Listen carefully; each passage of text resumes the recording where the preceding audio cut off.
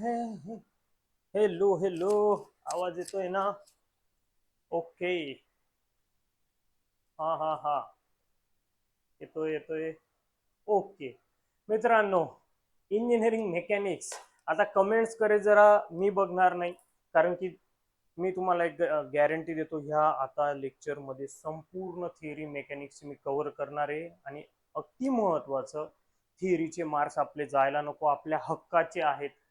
So आणि त्यानंतर मग न्यूमेरिकलची करा तुम्ही आणि चांगला स्कोअर करा, एकदम अफलातून. आपलं महाराष्ट्राचं, या देशाचं भविष्य तुम्हीच आहात सर्व इंजिनियर्स. आणि ऐका, तर मागच्या वर्षी समर 25 ला ही संपूर्ण मेकॅनिक्सची थिअरी क्वेश्चन पेपर पाहिली तुम्ही? बघा, आपल्या ॲपवर आहे, डाउनलोड करून घ्या. तर 18 मार्कची होती, 18 मार्कची. तर कमीत कमी 14 मार्कची तर येतेच दरवर्षी. मॅक्झिमम 18 मार्क्स आली. त्याहून जास्त येईल का याची गॅरंटी मी नाही देत, पण 18 मार्क्स मॅक्झिमम लिमिट आहे. आणि एवढी जर ह्याच वर्षी आली तर हे लेक्चर आता हे जेवढं रेकॉर्ड होईल सर्व तुम्हाला एकदम अफलातून करणार आहे. विदाउट वेस्टिंग टाइम आपण डायरेक्ट सुरू करूया. बघा बाबांनो, इंजिनिअरिंग मेकॅनिक्स, नाव इंजिनिअरिंग मेकॅनिक्स आहे, अगोदर याचंच नाव अप्लाइड मेकॅनिक्स होतं. अप्लाइड या शब्दाचा अर्थ असतो युजफुल. मेकॅनिक्स काय बाबा? एक ब्रँच आहे सायन्स. बरं, ह्या सोप्या सोप्या डेफिनेशन येतात एक्झामला. आता कायनेटिक्स कायनेमॅटिक्स आली बाबा 2 मार्कला, तर तिथं गडबड व्हायला नको. संपूर्ण नीट बघायचं, शांत. तुझा मित्र मैत्रीण काय करतो ते जाऊ दे, तू फक्त याच्यावर फोकस ठेव आता ह्या लेक्चरवर. तर अप्लाइड याचा अर्थ काय राहतो? युजफुल. मेकॅनिक्स काय बाबा? It is the branch of science which deals with म्हणजे त्याचा कारभार. त्याचा कारभार कशात आहे? तर फोर्स, एखाद्या बॉडीवर फोर्स ऍक्ट झाला. आता काय फोर्सेस बघायचं आपल्याला पुढं. फोर्स ऍक्ट झाला आणि त्या बॉडीवर काय इफेक्ट प्रोड्यूस झाला त्या फोर्समुळे, ती पुढे गेली किंवा तिथंच थांबली किंवा व्हायब्रेशन झालं, काय झालं, हा जो इफेक्ट प्रोड्यूस झाला, हा स्टडी करायची ब्रँच. पण ती बॉडी स्टेशनरी असू शकते, म्हणजे ती ऍट रेस्ट, रेस्ट म्हणजे निश्चिंत, किंवा that body may be in a motion. एकतर बॉडी मोशन मध्ये, एकतर रेस्टवर आहे, स्टेडी आहे, त्याला आपण म्हणणार अप्लाइड मेकॅनिक्स. मग आता जी मी बडबड केली हेच इंग्लिशमध्ये बघ. It is the branch of science which deals with the study of forces and their effect on a body at rest or in a motion. एक तर रेस्टवर, एक तर मोशनवर. आता मेकॅनिक्सचे दोन ब्रँचेस आहेत, म्हणजे त्याचे दोन पिल्लू आहे, स्टॅटिक्स आणि डायनॅमिक्स. आता हे स्टॅटिक्स नीट स्पेलिंग बघा हा बाळांनो, कारण की एक बेसिक मॅथला एक असं मिळतं जुळता शब्द होता, आता तुम्ही बोलणार नाही. स्टॅटिक्स म्हणजे स्टेशनरी, सेम डेफिनेशन, पण एक चेंज. आता ही सायन्सची ब्रँच नाही, ही कुठून आली बाबा? कोणाचं पिल्लू आहे? मेकॅनिक्सचं. मग याच्या डेफिनेशन मध्ये काय लिहायचं? It is the branch of mechanics which deals with the study of forces and their effect on a body at rest. जेव्हा बॉडी रेस्टवर आहे आणि तेव्हा तू हे सर्व काही शोधून काढतोय की फोर्समुळे काय इफेक्ट होत आहे बाबा बॉडीवर वगैरे, त्याला म्हणणार आपण स्टॅटिक्स. आणि आपला संपूर्ण सिलेबस जो मेकॅनिक्सचा आहे हा स्टॅटिक्सच्या अंडर आहे. First unit to last unit संपूर्ण स्टॅटिक्स आहे. डायनॅमिक्स आपल्या स्टडीला नाही, आपल्याला फक्त या 3 डेफिनेशन आहे सिलेबस मध्ये, या एक्झामला येऊ शकता. हे तर संपूर्णचा सब्जेक्ट याच्यावर आहे. ठीक आहे. डायनॅमिक्स त्याच्या नावातच आहे, motion. Same definition, it is the branch of mechanics which deals with the study of forces and their motion acting on a body in a motion. Body जेव्हा मोशन मध्ये आहे तेव्हा जो स्टडी केला जातो तो डायनॅमिक्स. आता डायनॅमिक्सच्या परत 2 सब ब्रँच दिसत आहे तुम्हाला, कायनेटिक्स, कायनेमॅटिक्स. Okay, kinetics. मग याच्या डेफिनेशन मध्ये काय लिहायचं? It is the branch of dynamics. आता डायनॅमिक्सची ब्रँच आहे तर विषयच नाही, मोशन मध्येच ऑब्जेक्ट राहील. पण एक फरक आहे, it is the branch of dynamics which deals with the study of forces and their effect with consideration of mass of a body. आणि बरं, जेवढ्या बॉडी याच्यात मी सांगितल्या ह्या रिजिड बॉडी, हा सांगून देतो ते पण. बरं, काय सांगितलं कायनेटिक्सची डेफिनेशन मध्ये? With consideration of mass. Mass जे आहे बॉडीचं, मुव्हिंग बॉडीचं, ते मास कन्सिडर केलं तर तो येतो कायनेटिक्स मध्ये. आणि कायनेमॅटिक्स मध्ये फक्त आपल्याला विदाउट कन्सिडरेशन ऑफ मास, मासला कन्सिडर करायचं नाही, बाकी तेच आहे बॉडी मोशन मध्ये वगैरे, तेव्हा कायनेमॅटिक्स आहे. हा डेफिनेशन मधला किरकोळचा फरक तुम्ही लक्षात ठेवायचा आहे, उगाच गोंधळ उडायला नको. मंडळी, हे तेच आहे स्टॅटिक्स डायनॅमिक्स. बाबा तू पळतोय, जरा लक्षात ठेवायला बरे. स्टॅटिक्स बघ दगड दाखवलेले, जरा लक्षात ठेवायला बरं आहे.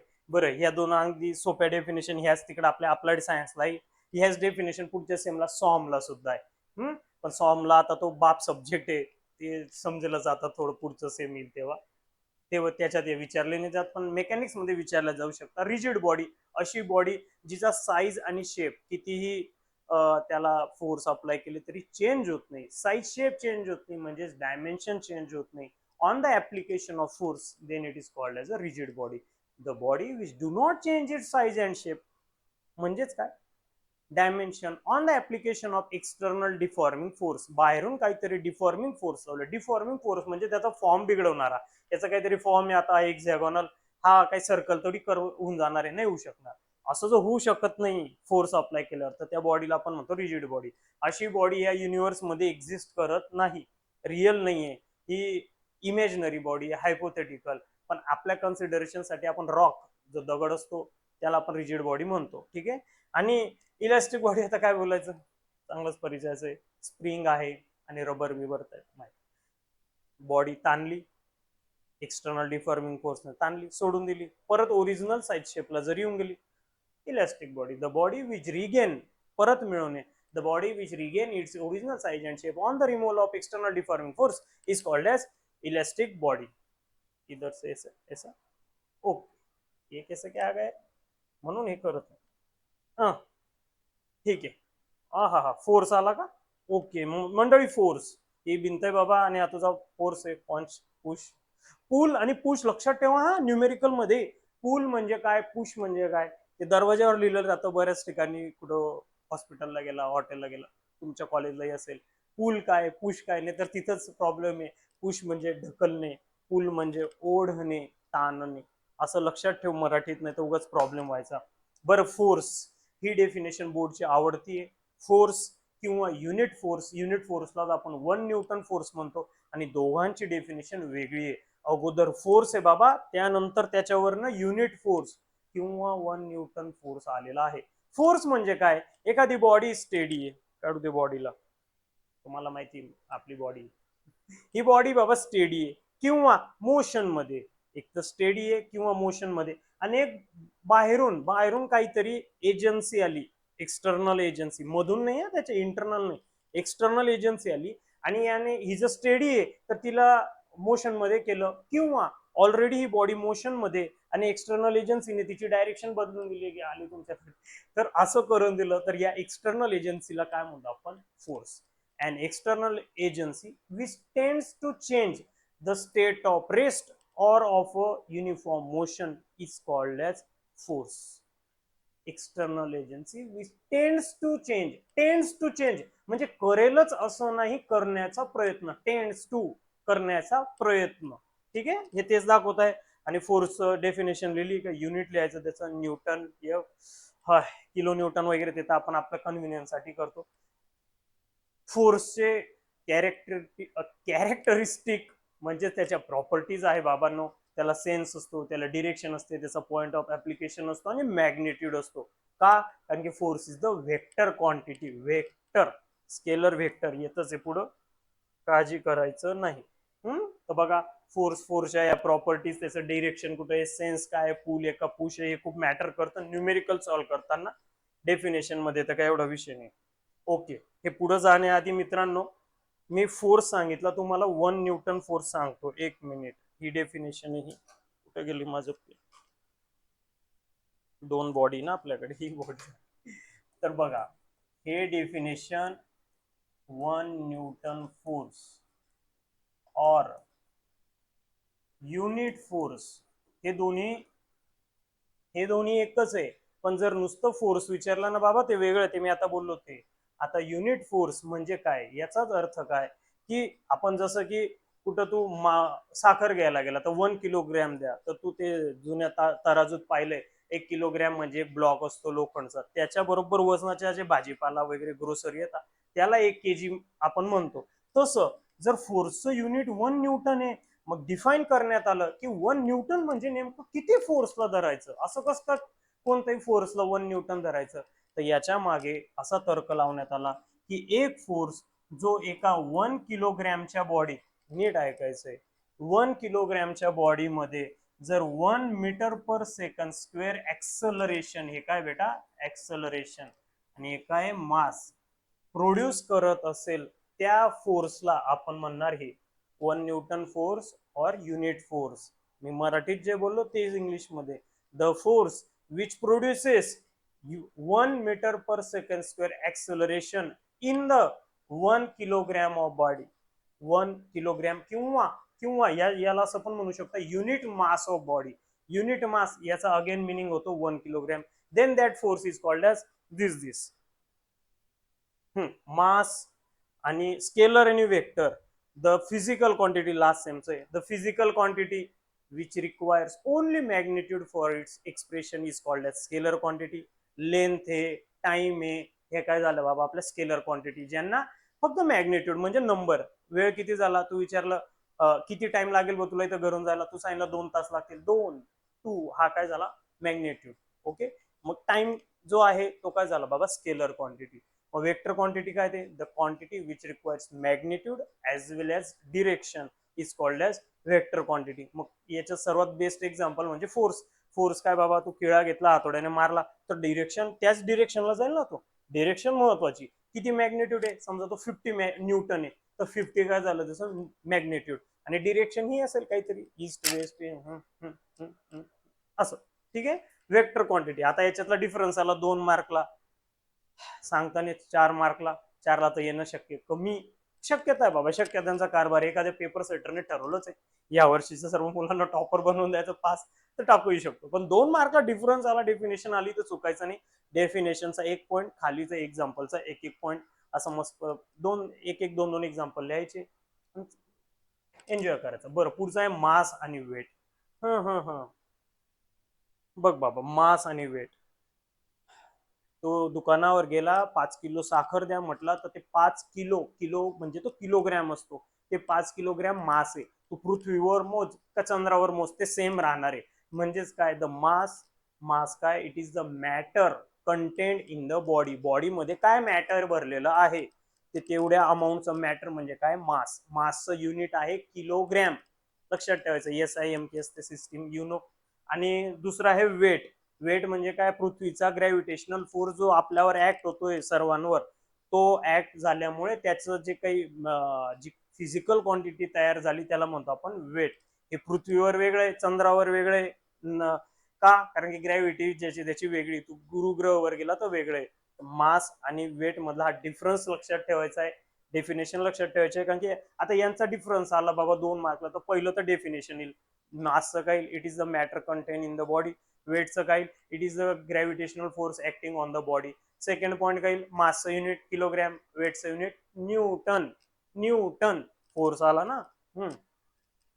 बघ साईडला झालो, पाहून घे. The astronaut. ठीक आहे, वा भाई वा. आता असं टप्प्याटप्प्यात कार्यक्रम होतोय, तो का मध्ये झाला नॉट. तर क्लासिफिकेशन ऑफ फोर्स सिस्टीम, फोर्सची डेफिनेशन आणि हे क्लासिफिकेशन ऑफ फोर्स सिस्टीम बोर्डचे मोस्ट फेवरेट प्रॉब्लेम आहे. आता अगोदर ऐकून घ्या. समजा तुम्हाला क्वेश्चन आला, क्लासिफाय द फोर्स सिस्टीम किंवा फोर्स, 2 मार्कला राहिला. नीट ऐका बाबांना, 2 मार्कला राहिला तर तुम्हाला ही ट्री डायग्राम काढायची आहे. ट्री डायग्राम हे नको काढू, माझा फोटो तो समजण्यासाठी. आणि जर 4 मार्कला आला तर ट्री डायग्राम काढ आणि प्रत्येकाची डेफिनेशन लिहायची, सोबतच त्याची डायग्राम काढायची. इथे युनिट थोडी, इथे डायग्राम येईल ना. बरं, फोर्सचे दोन बेसिक क्लासिफिकेशन आहे. कोप्लेनर, ज्याच्यावर आपलं संपूर्ण हे सिलेबस आहे, आणि second one is non coplanar, जे आपल्याला फक्त डेफिनेशन पुरतंय. कोप्लेनर म्हणजे काय बाळा, कोप्लेनर म्हणजे काय, कुठे गेलो, अगोदर गेलो. कोप्लेनर म्हणजे काय बघा, जेव्हा एका प्लेन मध्येच फोर्स ऍक्ट होत आहे, किती फोर्स राहू दे, when number of forces acting in the same plane, then that force or force system is called as coplanar force system. ठीक आहे, एकाच प्लेन मध्ये जर सर्व फोर्स आहेत तर, पण वेगवेगळ्या प्लेन मध्ये, म्हणजे तुझ्या घराला आता 4 भिंत आहे, या प्लेनवर एक फोर्स आहे, इकडे की इकडे, असे वेगवेगळ्या प्लेनला गेले. याचाच अर्थ, when number of forces do not lies किंवा do not act in the same plane, then that force system is called as non coplanar force system किंवा फोर्स फोर्सेस असंही लक्षात ठेवायचं. मग नॉन कोप्लेनरचे तर काही टाईप नाही बाबा, पण कोप्लेनरचे आहे बघ. सर्वात पहिला कोलिनियर, जो अगदी सोपा आहे.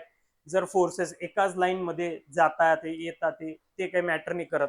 Wien forces acts on a single line किंवा same line, then they are called as collinear force system. नंतर पुढचा आहे concurrent. When number of forces acts at a single point, एकाच पॉइंटला, सिंगल मन किंवा सेम मन, फोर्स एकाच पॉइंटला ऍक्ट होता आहे, एकतर येत आहे जात आहे कसंही चालेल, त्याला म्हणतो आपण कॉनकरंट. बघा फिगर ह्याच काढायला हवं असं जराही नाही बाबांनो. हा एक मिनिट जरा बघा, आता कॉनकरंट आहे. आता काय हेच आहे का आपला लॅमिस थेरम इतका आहे फेमस कॉनकरंट साठी? असं काढू शकतो. आणखी कसं काढू शकतो बाबा, एक पॉइंट आहे इथं इनकमिंग आहे, हा जात आहे, आता दोन फोर्स जात आहेत, 4-5 फोर्स त्याच्यावर येत आहे, एकाच पॉइंटला ऍक्ट होत आहे, तर हे काय झाले, कॉनकरंट फोर्स सिस्टीम. याच्याच नावासमोर जर मी नॉन लावून दिला, नॉन कॉनकरंट, तर काय होऊन गेले बाबा, नॉन कॉनकरंट. एक ट्रायंगल घेतला, याला फोर्स ऍक्ट होतो, एक इकडे जातो, एक इकडे जातो, इकडे. आता 3 फोर्स आहे, बरं यांचे नाव पण देऊन द्यायचे, F1 F2 F3. Same here, F1 F2 F3, इथं F5.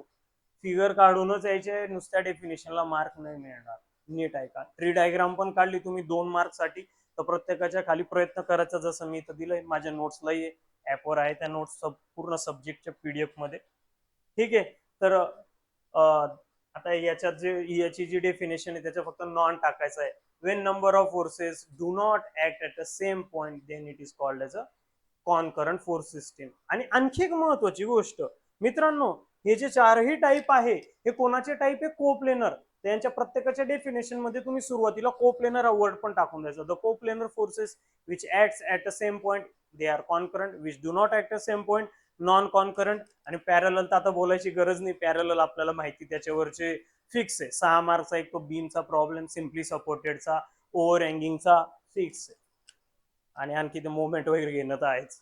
ठीक आहे. Parallel, Wien the coplanar force the coplanar forces which are parallel to each other, then that system is called as parallel force system.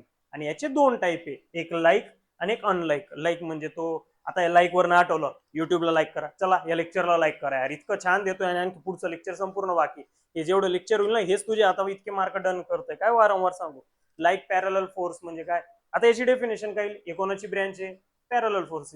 The coplanar parallel force system in which forces acts in a same direction, एकाच डिरेक्शनला येतात जाता आहे, तर त्याला म्हणणार like parallel. आणि जर different झालं, हे 2 पॅरलल आहे पण एक वर चालला एक खाली चालला, पॅरलल आहे पण दोघांची डिरेक्शन काय डिफरंट आहे, तर अनलाईक पॅरलल फोर्स सिस्टीम. होय होय होय. हा हे तेच आहे बाबा, बघून घे जर. हे रिझोल्युशन कंपोजिशन, आता याची डेफिनेशन येईल का, शक्यता कमी येऊ शकतं, असं नाही म्हणत मी, पण हे न्यूमेरिकल फिक्स आहे ना, स्प्लिटिंगचे आपण vertical F Y, horizontal F x, मग त्याच्यावर ऍडिशन. बरं, आता थेरी पार्ट लेक्चर आहे, संपूर्ण वन शॉट आहे, जे सांगितलं ते करून राहील. बघा, कोणताही फोर्स राहतो, फोर्स हा इफेक्ट तयार करतो, इफेक्ट. एखाद्या बॉडीवर जो फोर्स अप्लाय होत आहे, तू एखाद्या वजनदार टेबलला धक्का लावत आहे पण टेबल हलत नाही, याचा अर्थ तू फोर्स अप्लाय नाही केला का, यस तू काहीतरी फोर्स अप्लाय करत आहेस ना, पण बॉडी मूव्ह होत नाही, पण इफेक्ट तर देत आहे ना. तू जर त्याला पुश करत आहे तर इफेक्ट हा प्रोड्यूस होतोय. आणि याच्यात सर्वीकडे बऱ्याच डेफिनेशन मध्ये इफेक्ट वर्ड येतो. आता हा ह्या फोर्सचा जो इफेक्ट आहे तो इकडे जाण्याचा आहे, हा इफेक्ट चेंज न होता त्याचे असे 2 कंपोनंट करणे जे आपल्याला अल्जेब्रिक सम साठी युजफुल राहतात. या प्रोसेसला आपण म्हणतो रिझोल्युशन.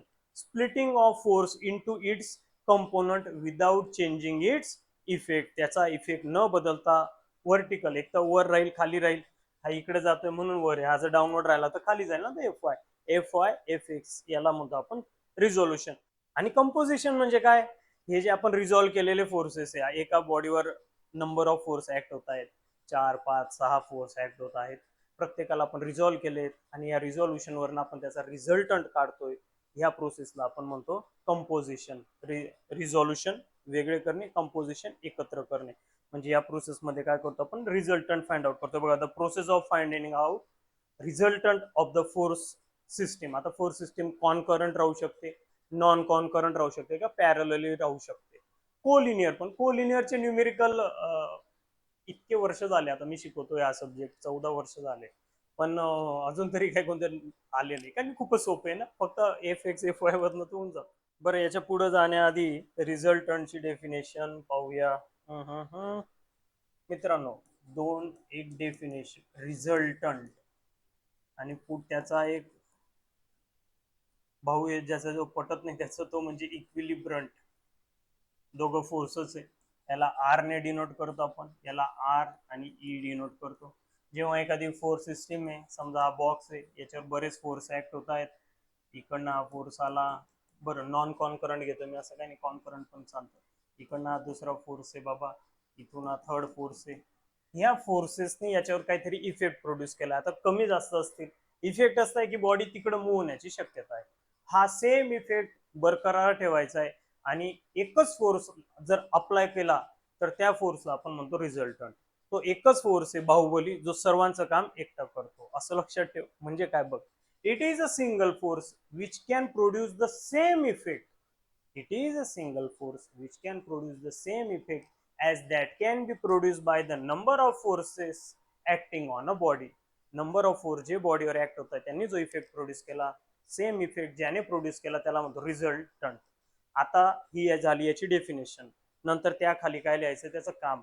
हा काय काम करतो, it tries to make body in motion. तो ट्राय करतोय बॉडीला मोशन मध्ये ढकलण्याचं. आणि याच्या अगदी विरोधात काम करतो इक्विलिब्रंट. म्हणजे हा काय काम करतो, इट ट्राईज किंवा तो प्रयत्न करतो, it keeps the body at rest. हा बॉडी रेस्टवर ठेवण्याचा, स्टेडी ठेवण्याचा प्रयत्न करतोय. तू टेबलला जेव्हा ढकलतोय तो लगेच जात नाही, कारण की तुझा रिझल्टंटच्या अपोजिट काम करणारा इक्विलिब्रंट फोर्स आहे.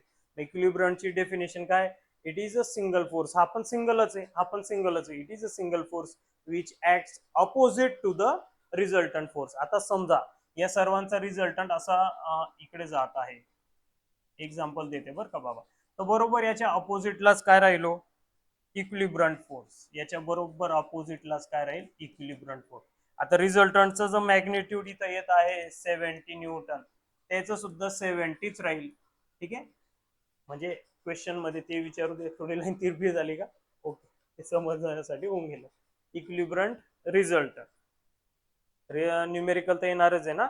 मग त्यानंतर आहे लॉ ऑफ ट्रान्समिसिबिलिटी. एखादी बॉडी बाबा, त्या बॉडीवर जर इथं इथं फोर्स ऍक्ट होत आहे, असा फोर्स ऍक्ट होत आहे, तर हा लॉ ऑफ ट्रान्समिसिबिलिटी असं म्हणतो की याची जी लाईन ऑफ ऍक्शन आहे, या संपूर्ण लाईन ऍक्शनवर त्या बॉडीच्या दरम्यान प्रत्येक पॉइंटवर, बॉडीच्या मध्ये बरं का, विदिन द बॉडी प्रत्येक पॉइंटवर या फोर्सचं मॅग्निट्यूड सेम असतं. असं लॉ ऑफ ट्रान्समिसिबिलिटी म्हणतो. स्पेलिंग जरा नीट पाहून घे बघ. Force is assume to act at any point on its line of action within the body. Within the body, बाहेर नाही, बाहेर इकडे कुठेही नाही. ओके. हा, पुढचा लॉ ऑफ पॅरलोग्राम. ही डायग्राम किती कळते आय डोंट नो. बघ एक चांगली, हा ही छान पैकी काढलेली. आता यातही जाण्याआधी जरा इकडे येऊ आपण. हा, आता कोणती तरी एक बॉडी आहे, या बॉडीचा एक पॉइंट आहे आणि इथं दोन फोर्स आहे. हा इकडं पी आहे, इकडं क्यू आहे. आता एक्झॅक्ट पी ला पॅरलल जर मी इथून अशी एक लाईन काढली, पी च जेवढी लेंथ आहे तेवढीच पॅरलल काढली, आणि क्यू ला जी ती पॅरलल मी इथून काढली, हा पीच आहे, क्यू आहे. आता हा तयार झाला पॅरलेलोग्राम. आपण 8वी 9वी ला शिकलो होतो, याला काय म्हणतात बेटा, पॅरलेलोग्राम. जसं रेक्टँगल राहतो थोडासा असा हे केलेला आहे. आता याचा जो डायगोनल आहे, या डायगोनल जॉईन केला तर लॉ असं म्हणतो, लॉ पॅरोग्राम, की हा असतो रिझल्टंट. आता मी जे बडबड केली हेच लिहायचंय. हे दोन्ही बरं, याचे लिमिटेशन पण येतात. अगोदर लिमिटेशन सांगून देतो. Limitation of law of parallelogram. काय लिमिटेशन आहे, की both forces must act away. दोघं अवेच पाहिजे. एक येतोय, एक टूवर्ड्स येतोय, एक अवे जातोय, चालणार नाही. दोन्ही फोर्सेस एका पॉइंटलाच हवे, आणि दोनच फोर्स साठी, या मल्टिपल फोर्स साठी नाही. बरं, लॉ असं म्हणतो, when two forces act at a point on a body can be represented as a two adjacent, लगतच्या, ऍडजसंट म्हणजे लगतच्या, adjacent sides of a parallelogram, then the diagonal of that parallelogram can be represented in a can be represented as a resultant in magnitude and direction. त्यांचा diagonal हा resultant मध्ये आपल्याला दाखवता येतो. रिझल्टंटचा magnitude हे आणि रिझल्टंटची जी डिरेक्शन आहे ही त्याची डिरेक्शन अल्फा. अल्फा याच ठिकाणी फक्त, बाकी कुठं काही आपण देत नाही. त्याच्या मागचं कारण आहे. बरं, हे सर्व गोष्टी आपल्या ऍपवर तुम्हाला न्यूमेरिकल याचे हवे बाबा ना, ऍपवर मी या के स्कीमची आणि आय स्कीम त्याच्या अगोदरची ई जी सर्व जेवढ्या प्रकारचा सिलेबस आपल्या याच्यात आहे सर्व अगदी सोप्या पद्धतीने शिकवलेले, वेळ गेलेली नाही ते घ्या. आणि माझं शिकवणं जसं की फटक्यात कळतं, फक्त तुला प्रॅक्टिसची गरज आहे. आणि आता तू काही चुका केल्या तर पुढच्या सेमला तरी करू नका. पुढच्या सेमला सॉमला बघा बाबांनो, आता या सब्जेक्ट मध्ये असं झालं तर पुढच्या सेमला या आमच्याकडे सुरुवातीपासून. आणि ज्यांची इच्छा आहे त्यांनी मला जरा मेसेज करा की सर आमची इच्छा आहे पुढच्या सेमला सॉम, थर्मल, ऍडव्हान्स सर्विंग वगैरे जे सब्जेक्ट आहे फ्लुइड मेकॅनिक्स तुमच्याकडे लावण्याची इच्छा आहे, तर मला तुम्ही मेसेज करा. मला तुमच्या रिस्पॉन्स म्हणणं, माझा व्हॉट्सअप नंबर तर आहेच आता या चॅनलवर आहे आपल्या युट्यूबच्या, बघा. मलाही कळेल की किती विद्यार्थी उत्सुक आहे, आणि त्या जेवढे जास्त रिस्पॉन्स येतील मी तेवढं छान अॅनिमेशन वगैरे टाकून रेकॉर्ड करण्याचा चांगला प्रयत्न करेन. तुमचे जरा रिस्पॉन्स तर द्या मित्र. बरं, हा त्याचा फॉर्म्युला आहे लॉ पॅरलोग्रामचा, हा रिझल्टंट काढण्याचा, हा डिरेक्शन काढण्याचा. दोनच फोर्ससाठी ऍक्ट होतो. हा परत लेक्चर तर बरं. पुढचा आहे मोमेंट ऑफ फोर्स. मी एक शब्द वापरला होता इफेक्ट. Effect effect effect. एखादी बॉडी आहे, ही बॉडी, हा बीम आहे असं धरू का, हा बीम आहे, याच्यावर एक फोर्स इथे ऍक्ट होतोय. आता हा बीमला असं करेलच असं नाही, बीम म्हणजे हॉरिझॉन्टल मेंबर आपल्या घरात असतो. हा बीमला असं करेल असं नाही, पण जस्ट इफेक्ट प्रोड्यूस करतोय वरून ऍक्ट होणारा फोर्स, की हा बीम रोटेट होऊ शकतो असा इफेक्ट तयार करतोय. ह्या फोर्सने जो इफेक्ट प्रोड्यूस केलाय, रोटेशनल इफेक्ट किंवा टर्निंग इफेक्ट, यालाच आपण म्हणतो मोमेंट ऑफ फोर्स. बघ, हा आणि आपलं हे एक्झाम्पल तर चांगलंच माहिती आहे आपल्या चाकांचं मी बोललो ना, अप्लाइड मेकॅनिक्स युजफुल आहे बाबांनो. तू गार्डन मध्ये गेला ते सी सॉ करतो, तिथेही मोमेंट वगैरे टॉर्क बरंच कामाचं आहे. याच्यावर आता पुढची कन्सेप्ट आहे, लास्ट इयरला राहील तुम्हाला. हा, टॉर्क असो. मोमेंट ऑफ फोर्सचा फॉर्म्युला आहे, कोणत्याही फोर्सचा मोमेंट काढण्यासाठी फोर्स इंटू परपेंडिक्युलर डिस्टन्स, हा त्याचा फॉर्म्युला आहे. पण डेफिनेशन काय आहे? The force when acts on a rigid body produces turning effect or rotational effect, then it is called as moment of force. Law of moment हे बघ, तेच परत तीच फिगर आहे, थोडं ती छान समज. लॉ ऑफ मोमेंट काय? क्लॉकवाईज मोमेंटची जर तू अल्जेब्रिक सम केली is equal to anticlockwise मोमेंटची समेशन. पॉझिटिव्ह निगेटिव्ह आपण घेत असतो, असं लॉ ऑफ मोमेंट म्हणतो. आणि व्हॅरिग्नन थेरम हा आता खूप महत्वाचा आहे. याच्यावरचं न्यूमेरिकल तर 100% येणार आहे. व्हॅरिग्नन थेरम वर डिपेंड असलेला न्यूमेरिकल 4 मार्क, 6 मार्क किंवा 4 आणि 6 दोन्ही, काही सांगता नाही. आणि व्हॅरिग्नन थेरम कशासाठी युजफुल आहे? तो रिझल्टंटचं लोकेशन फाइंड आउट करायला मदत करतो आपल्याला. एक तर बीम वरच्या सम मध्ये किंवा नॉन कॉन्करंट त्याचे स्क्वेअर, पेंटॅगॉन, हेक्सागोनल टाइप राहतात त्यामध्ये. काय म्हणतो व्हॅरिग्नन थेरम? व्हॅरिग्नन थेरम, एक मिनिट, पुढच्या याच्यात जरा छान होतो माझं. हा, हे बघा, हा बीम वर हा रिझल्टंट आहे, तर याचं हे जे डिस्टन्स आहे एक्स काढण्याचं, मिळवून देण्याचं काम हा आपल्याला व्हॅरिग्नन थेरम करतो. काय म्हणतो व्हॅरिग्नन थेरम हे लक्षात ठेवण्यासाठी फॉर्म्युला लक्षात ठेवायचा. ह्या ट्रिक्स मी ऍपवर खूप छान शिकवलेले, आता काय सांगू तुम्हाला. बघा, हा फॉर्म्युला लक्षात ठेवायचा. आता फॉर्म्युला काय म्हणतो बघ, समेशन हे म्हणजे काय? Algebraic sum. M for moment, A for point, जिथून त्या सर्व फोर्सेसचा मोमेंट घेतलाय, कोणताही पॉइंट असू शकतो, म्हणजे any point, is equal to moment of resultant about the same point. The Varignon theorem states that algebraic sum of moment of number of forces acting on a body about any point is equal to moment of resultant about the same point. अगोदर ज्या point पासून moment घेतला गेला त्याच point पासून रिझल्टंटचा moment घेतला तर ते सेम मिळतं. तर साईडला झालं पाहून घे. ओके, कपल आहे तो इक्वल आणि अपॉन लाईक जर फोर्सेस ऍक्ट झाले, एक वर जाणारा एक खाली येणारा जर ऍक्ट झाले बाबा, ऑफकोर्स ते अनलाईक आहे, पॅरलल आहे, नॉन कोलिनियर आहे, तर यांच्या इफेक्टला आपण कपल म्हणतो. ओके, एकदम छान. याचं फक्त डेफिनेशन आहे, याच्यावर न्यूमेरिकल अजून तरी मी पाहिले नाही. ठीक आहे, रिझल्टंट आणि अरे हे झालंच की अगोदर, बघून घे बाबा परत, उगाच तिकडं काढली डायग्राम. रिझल्टंट इक्विलिब्रियम झालं. हो हो, कंपोजिशन रिझल्ट. बरं, condition for equilibrium next unit मध्ये जाऊ आपण. इक्विलिब्रियम, इक्विलिब्रियमची एक सर्वात महत्वाची कंडिशन. बरं, दोन प्रकारच्या सिस्टीमने आपण प्रॉब्लेम सॉल्व्ह करतो. अनालिटिकल म्हणजे कॅल्क्युलेशनचा उपयोग करून, आणि ग्राफिकल. ग्राफिकल तुम्हाला माहिती, वेक्टर डायग्राम काढतो, मग पोल काढतो, पोलर डायग्राम काढतो, वगैरे वगैरे. ग्राफिकल कंडिशन मध्ये जर कंडिशन विचारल्या, बोर्डचा हा पण एक टॉपिक आवडताय, इतकं छान आहे यार, इतकं सोपं आहे की what which are the condition of equilibrium. तस algebraic sum of moment of forces is equal to zero. Algebraic sum of forces म्हणजेच summation of F X is equal to zero. Horizontal कंपोनंटची समेशन झिरो. हॉरिझॉन्टल व्हर्टिकल कंपोनंटची summation zero, म्हणजे summation of F Y is equal to zero. ही कसली condition आहे? Analytical condition. आणि जर graphical condition विचारल्या तर वेक्टर डायग्राम ही क्लोज असते, ओपन यांची राहत नाही. ओपन ती मागच्या युनिट मध्ये जे आता एक्सप्लेन केलं ते, म्हणजे सेकंड फोर्स. इक्विलिब्रियम मध्ये वेक्टर डायग्राम ही नेहमी क्लोज एंटिटी मिळते आपल्याला, कारण की रिझल्टंट झिरो झालाय म्हणून. फुनिक्युलर डायग्राम सुद्धा हा क्लोज मिळतो, ओपन मिळणं शक्यच नाही, कारण की रिझल्टंट झिरो आहे ना बाबा इक्विलिब्रियम मध्ये. ओके. हो, लॅमिस थेरम माय फेवरेट. लॅमिस थेरमचं स्टेटमेंट मागच्या वर्षी विचारलं गेलं लेटेस्ट, आता काय बोलावं. लॅमिस थेरम तेव्हा ऍप्लिकेबल आहे म्हणजे बॉडी ही इक्विलिब्रियम मध्ये हवी. बघा, हे त्याचे लिमिटेशन आहे. लिमिटेशन म्हणजेच कंडिशन आहे. ठीक आहे, हे बॉडी ही इक्विलिब्रियम मध्ये हवी, त्याच्यावर तीनच फोर्स असायला हवे.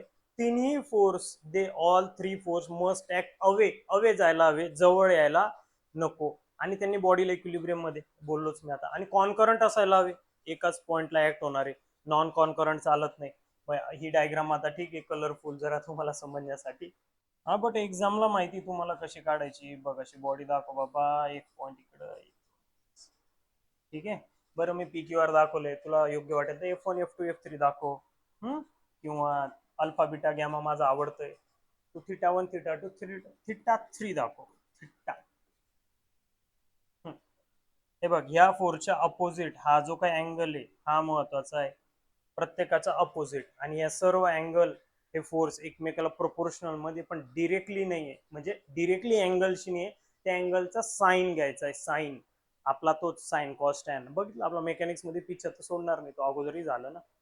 तर लॅमिस थेरम काय म्हणतो, कोणताही थेरम विचारला तर आपली पद्धतच असते. Lami's theorem states that when three force acts at a point, असं लिहू शकता, किंवा when three concurrent force acts at a point on a body, then each force is proportional to the sine of spelling नीट बघ, sine of angle between other two force.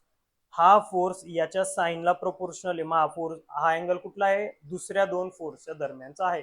Each force is proportional to sine of angle between other two force. Statement लिहिलं त्या, बरं diagram तर लागेलच, आणि फॉर्म्युले लिहिले बाबा. 4 मार्कला, 4 मार्कला आला यार, इतकं 4ला नाही 2ला द्यायला हवं, आता दिला. काय बोलावं. हा एक आहे, तसंच तो एक फर्स्ट युनिट येतोय पुढं, सांगतोय सर्व सांगणार. आणि एक क्वेश्चन तर असा देणार आहे आता जो बाबा 100% येणारच एक्झामला. बरं, हा लॅमिस थेरम, त्याचे लिमिटेशन जे मी आता सुरुवातीलाच बोलून दिले तेच आहेत.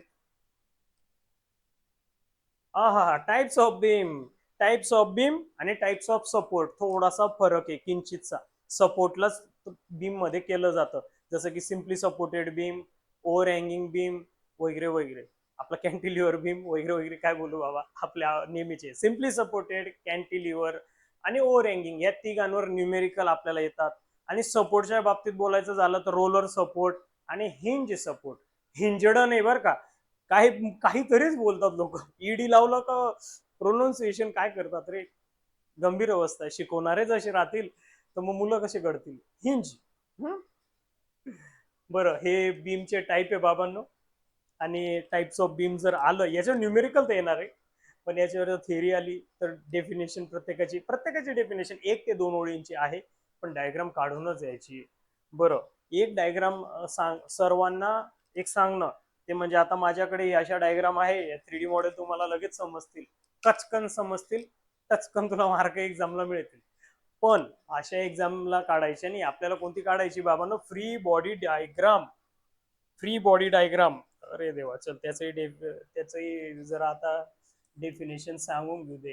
FBD, free body diagram. असं FBD लक्षात ठेव. The diagram which separates body from its surrounding is called as free body diagram. लक्षात ठेवायचं डेफिनेशन. म्हणजेच बघ, आणि एक्झाम्पल तर कसंही काढू शकतो, बीमचंही काढू शकतो. जसं की आम्ही आता बीम दाखवला बाबा, सिम्पली सपोर्टेड बीम बघा भिंतीवर ठेवलेला आहे. एक्झाम्पल काढूनच यायचं, असं चालणार नाही. आणि याच्यावर 1-2 फोर्स दाखव, W1 W2. आणि ही फ्री बॉडी डायग्राम नाहीये आपली, मग याला आपण सेपरेट करतोय त्याच्या सराउंडिंग पासून.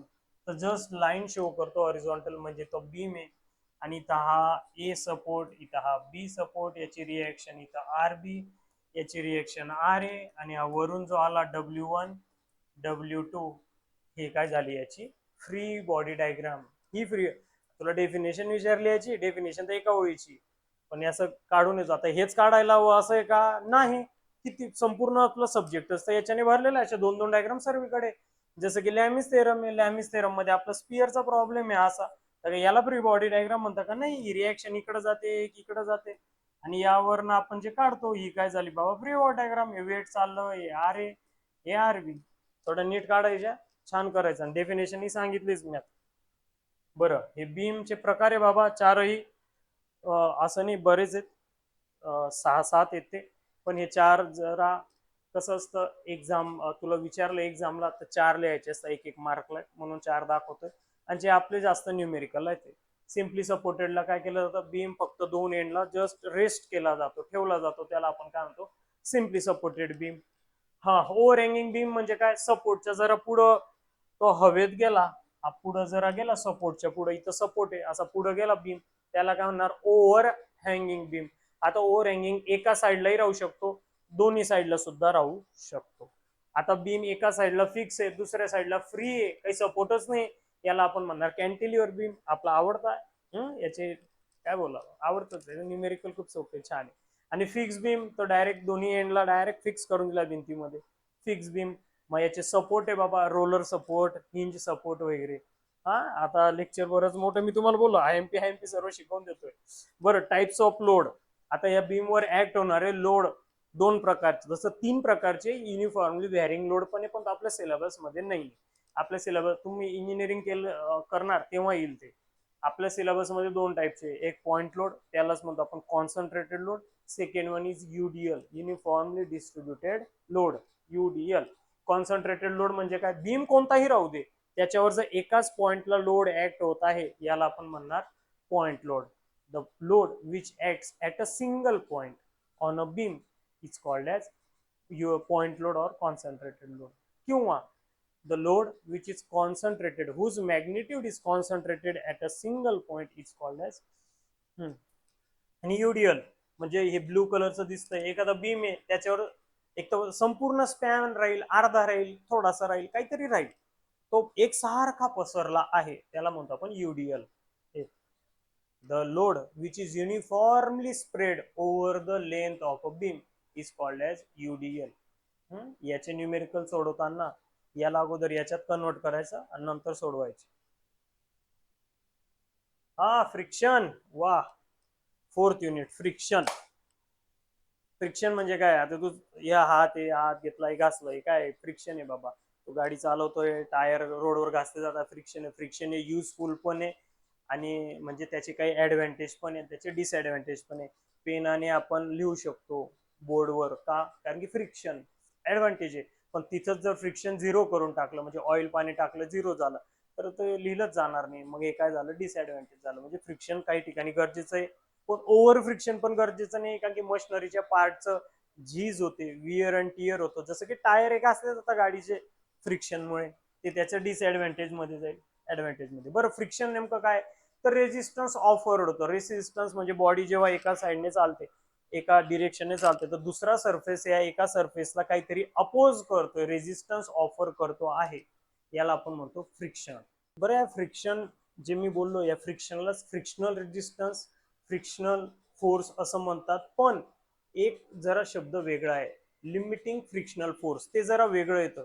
नीट आहे का? लिमिटिंग फ्रिक्शनल फोर्स ही वेगळी कन्सेप्ट आहे. आता जे मी 3-4 शब्द बोललो बघ, या सर्वांचा मिनिंग एकच आहे. नेमकं काय बाबा? फ्रिक्शन रेजिस्टन्स ऑफर करतो. The resistance offered to motion, the resistance offered to motion when one surface slides or tends to slide over the other surface. एक सरफेस दुसऱ्या सरफेसवर स्लाइड होत आहे किंवा स्लाइड होण्याचा प्रयत्न करत आहे. जसं की तू टेबलला ढकलतोय पण ढकलला जात नाही, पण प्रयत्न तो होते ना. मग टेबलचा सरफेस आणि हा फ्लोअर यांच्यात काय बाबा, जे रेजिस्टन्स ऑफर्ड होतं हे आहे फ्रिक्शन. मग फ्रिक्शनचे ऍडव्हान्टेज डिसएडव्हान्टेज, एवढा सोपा क्वेश्चन जर आला ना बाबा, ऍडव्हान्टेज डिसएडव्हान्टेज, माय गॉड, आता काय बोलू, फळफळलं तुमचं नशीब हे आलं तर. वाचून घे जरा रोजच्या जीवनातल्या आपल्या गोष्टी. हा क्वेश्चन बोर्डचा क्लासिफिकेशन ऑफ फोर्स नंतर सर्वात हॉट फेवरेट आहे, लॉज ऑफ स्टॅटिक फ्रिक्शन. सर्वात फेवरेट. आता बॉडीचं जे मोशन असतं त्याच्या अगदी विरुद्ध साईडला, अपोजिट साईडला काय राहतो आपला? Frictional force. बॉडीचं मोशन ज्या साईडला राहतं त्याच्या अपोजिट साईडला काय राहतं? Frictional force. हे काय झालं? लॉ झाला. नंतर फ्रिक्शन हे त्यांच्या एरिया किती कॉन्टॅक्टवर आहे, दोन सरफेसचा एरिया किती कॉन्टॅक्ट आहे याच्यावर डिपेंड नाही राहत. डिपेंड कशावर राहतो? त्या सरफेसचं नेचर. तो गुळगुळीत आहे, खरबडा आहे, रफ आहे, त्याच्यावर डिपेंड राहतं. हे काय झालं? लॉ. बरं, स्टॅटिक नाव काय त्याच्यात? कारण की फ्रिक्शनचे दोन branches, static friction, dynamic friction. आणि स्टॅटिक डायनॅमिक लेक्चरच्या स्टार्टिंगलाच झालंय आपलं. आता सिलेबस तर स्टॅटिक मध्येच आहे ना बाबा, डायनॅमिक तर पुढच्या सेमला येईल फ्लुइड मध्ये. बरं, ही फ्री बॉडी डायग्राम आहे फ्रिक्शनची, बघून घे. याच्यावर नाही लक्षात ठेवायला जरा सोपं आहे. हा बॉडी आहे, जर फोर्स तिकडे जातोय रेड कलर मध्ये डिनोट केलेला, फोर्स तिकडे जातोय म्हणजे बॉडीचं मोशन तिकडे होईल. तर फ्रिक्शन हे अपोजिट डिरेक्शनला होतं. बॉडीचं वेट नेहमी डाऊनवर्ड राहतं आणि दोन सरफेस जेव्हा कॉन्टॅक्ट मध्ये येतात परपेंडिक्युलर रिएक्शन तयार होते, ती नेहमी अपवर्ड राहते. फ्रिक्शन वरचे 10 मार्क्स, न्यूमेरिकल फिक्स आहे 4 मार्क्स, 6 मार्क्स. मी अतिशय सुंदर प्रकारे शिकवले आणि त्या प्रकारच्या बाहेर येणारच नाही. आणि नीट ऐका, आपल्या संपूर्ण मेकॅनिक्सचे न्यूमेरिकल हे रिपीट होत नाही. एखाद दुसरा झाला तर झाला, पॅटर्न रिपीट होतो, नंबर बदलतात. मग न्यूमेरिकलची प्रॅक्टिस जरा चांगली करा. याच्यासाठी आपल्या ऍपवर छान कोर्स आहे बाबांनो. तिकीट, धुरंधर तिकीट काढणार तुम्ही पिक्चरचं 200-300, तिथं पॉपकॉर्न खाणार आणि ते स्वतःच्या आयुष्यासाठी इतका विचार करणार, ते पण धनुष सरांकडे, the real dhurandhar of engineering. हा बघे लॉज आहे. काय बोलावं, इतकं सांगूनही ज्या विद्यार्थी सर्व युट्यूबवरच द्या, युट्यूब असं सांगतात यार आमचाही खर्च आहे, तेव्हा थोडं मनाला लागतं मित्रांनो. काय बोलावं आता, जाऊ द्या. पण काही समजदार आहेत तुमच्यात बरेच, जे खूप आधीपासून जोडले गेलेत माझ्यासोबत. Angle of repose. हो मित्रांनो, या अँगल ऑफ रिपोजची डेफिनेशन किंवा याचा न्यूमेरिकल मध्ये यूज करून आपल्याला अँगल ऑफ फ्रिक्शन किंवा कोइफिशियंट ऑफ फ्रिक्शन काढावा लागू शकतो. अँगल ऑफ रिपोज काय बाबा? एक फळी आहे, त्याच्यावर बॉडी ठेवली आणि त्या फळीला असं इन्क्लाइन करत गेलो, म्हणजे प्लेनला इन्क्लाइन करत गेलो. बॉडी त्याच्या ओन वेटमुळे जर ऑप खाली सरकायला लागली, स्लाइड व्हायला लागली त्याच्या स्वतःच्या वेटमुळे, विदाऊट अप्लाइंग एनी फोर्स, तेव्हा तो जो काय अँगल या प्लेनने बनवला आहे हॉरिझॉन्टल सोबत, हा अल्फा दिसत आहे तुम्हाला, याला म्हणतो आपण अँगल ऑफ रिपोज. रिपोज आहे हा, रिस्पॉन्स नाही जो आपण दुसऱ्याकडनं अपेक्षित ठेवतो. रिस्पॉन्स नाही दिला रे मला, रिस्पॉन्स नाही, रिपोज आहे. angle made by inclined plane with the horizontal when body begins to slide downward on its own weight, त्याच्या स्वतःच्या ओन वेटमुळे खाली स्लाइड व्हायला सुरुवात करते, त्या अँगलला म्हणतो angle of repose. And angle of repose is equal to angle of friction.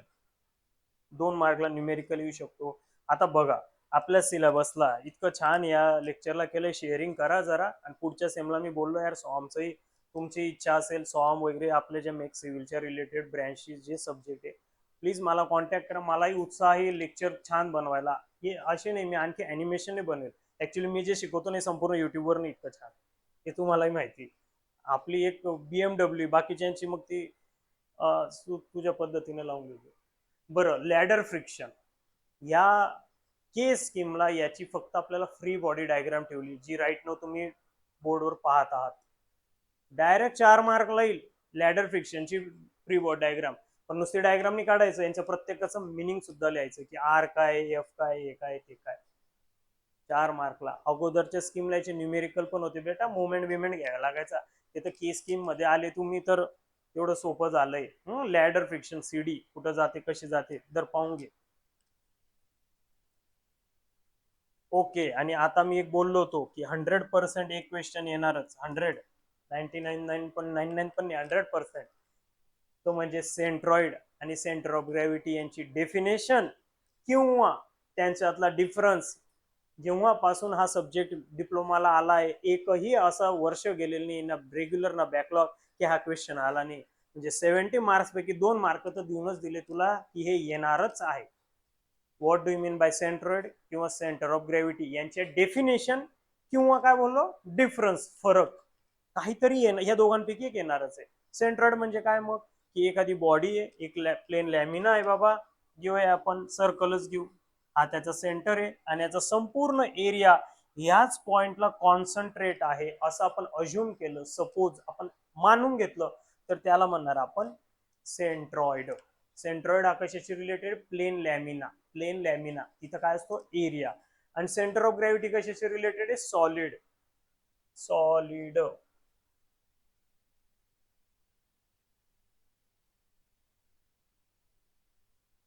दर आपला आवडता आईस्क्रीमचा कोन, हा कोन घेतला जाणार आहे, हा हा कोन हा सॉलिड आहे आणि याचं स्वतःच वेट, वेट आता मास वेट सांगितलंच, परत मागेच ऐकून घे. याचं वेट कोणत्या तरी एका पॉइंटला कॉन्सन्ट्रेट आहे, ऍक्ट होत आहे असं आपण मानून घेतलं, तर तो पॉइंट म्हणजे असतो सेंटर ऑफ ग्रॅव्हिटी. बरं, दोघांना जीनियस दाखवतो, तो विषय वेगळा आहे.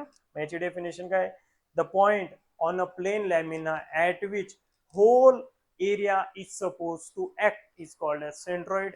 The point on a solid at which whole weight or total weight is supposed to act is called as center of gravity, CG. मग 3D फिगर साठी 2D डेफिनेशन आहे, याच्यात एरिया घेतला जातो, याच्यात व्हॉल्यूम सगळं सांगितलं. बरं, हे काय बोलावं आता, याचे उदाहरण काय, ट्रँगल, रेक्टँगल, सिलेंडर, कोन, फरक आलं काय आलं, धूम कर, हा येणारच आहे. शेअर कर जरा तुझ्या कॉलेजच्या मित्रमैत्रिणींना, यार आपलं लेक्चर आहे असं करशील का म्हणजे. बरं, यानंतर एक मी प्रो टिप्स देत आहे न्यूमेरिकल साठी या युनिटचं, सेंट्रॉइडचं. ते म्हणजे या सेक्शन पैकी एक सेक्शनला 6 मार्कचा न्यूमेरिकल कमीत कमी एक येणारच आहे. आणि अति महत्वाचं, सेंट्रॉइड सेंटर ऑफ ग्रॅव्हिटी हे unit, this unit is not only limited for mechanics, हे ऍज इट इज आपल्याला नेक्स्ट सेमला सॉमला आहे हे, आणि इक्विलिब्रियम हे 2 युनिट ऍज इट इज लागणार आहे सॉमला, विसरून नका जाऊ मेकॅनिक्सचा पेपर दिल्यावर. ओके, तर काय बोलावं बाळांनो. आणि आता थांबा, आता जाऊ पहिल्या युनिटला. मी बोललो ना संपूर्ण थेरी करून देणार आहे. सिंपल मशीन, याच्यावर आपलं एक स्पेशल लेक्चर यार पाहून घे तू, बऱ्याच आधी टाकलेले मी. सिंपल मशीन, एखादं मशीन आहे बाबा आणि त्याला तू दोरी लावली, पुलीने वर खाली होतोय, लिफ्ट करतोय, तू हेवी लोड लिफ्ट करतोय by applying minimum effort, is called as simple machine. असं डिव्हाइस आहे कोणतं तरी, the device by which heavy load can be lifted by applying less effort is called as simple machine.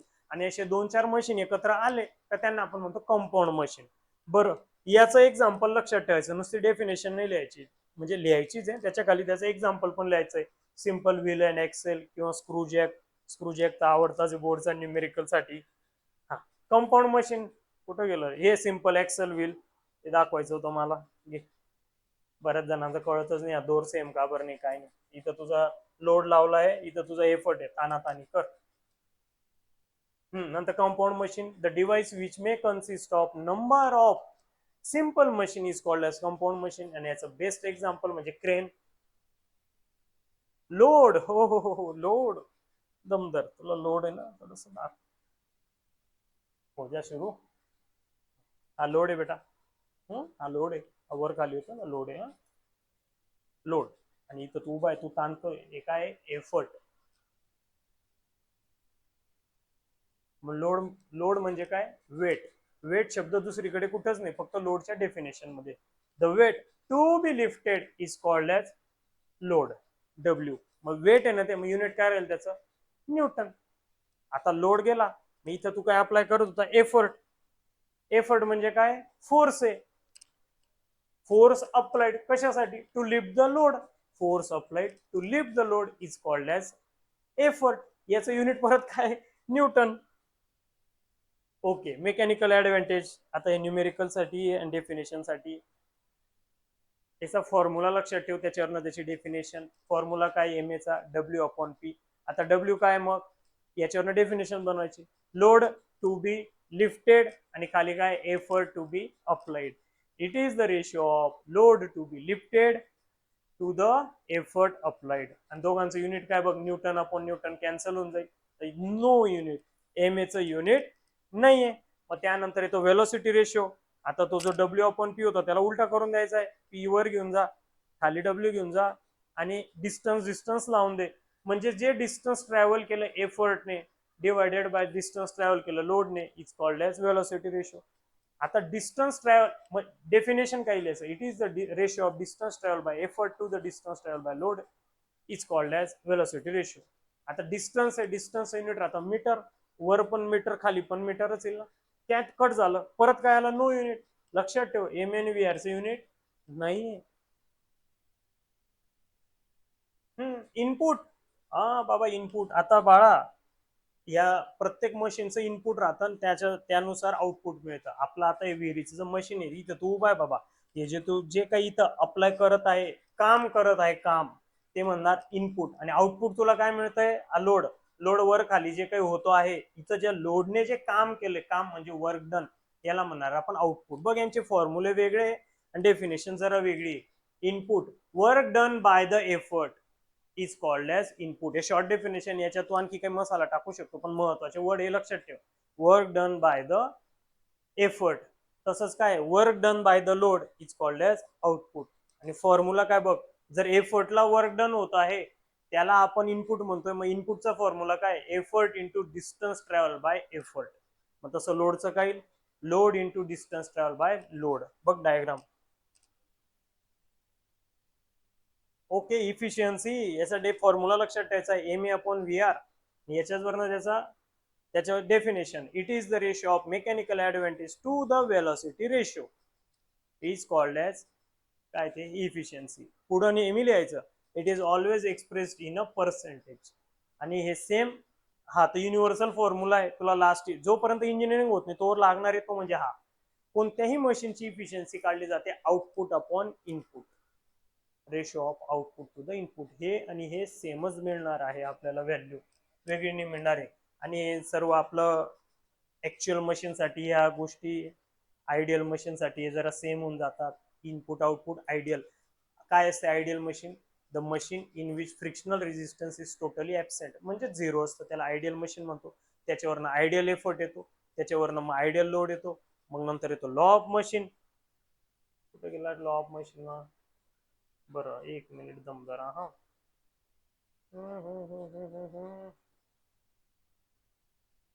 बरं, बोर्डचा आहे का आवडता आहे भाऊ, सिंपल स्क्रू जॅक.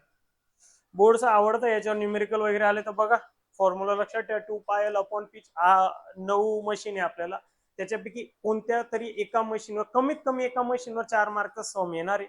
2 वरही येऊ शकतो. प्रत्येकाचा व्हेलॉसिटी रेशिओ वेगवेगळा आहे, पण बाकी मसाला जो असतो गिवन डेटा ली वगैरे तो सेम आहे. स्क्रू जॅक आपण पाहिलेलंच आहे गाड्यांना. साईड लावून जाऊ बघून. Law of machine. Law of machine तर भाई याची डेफिनेशन न्यूमेरिकल डेफिनेशन किंवा न्यूमेरिकल और both, very very I M P.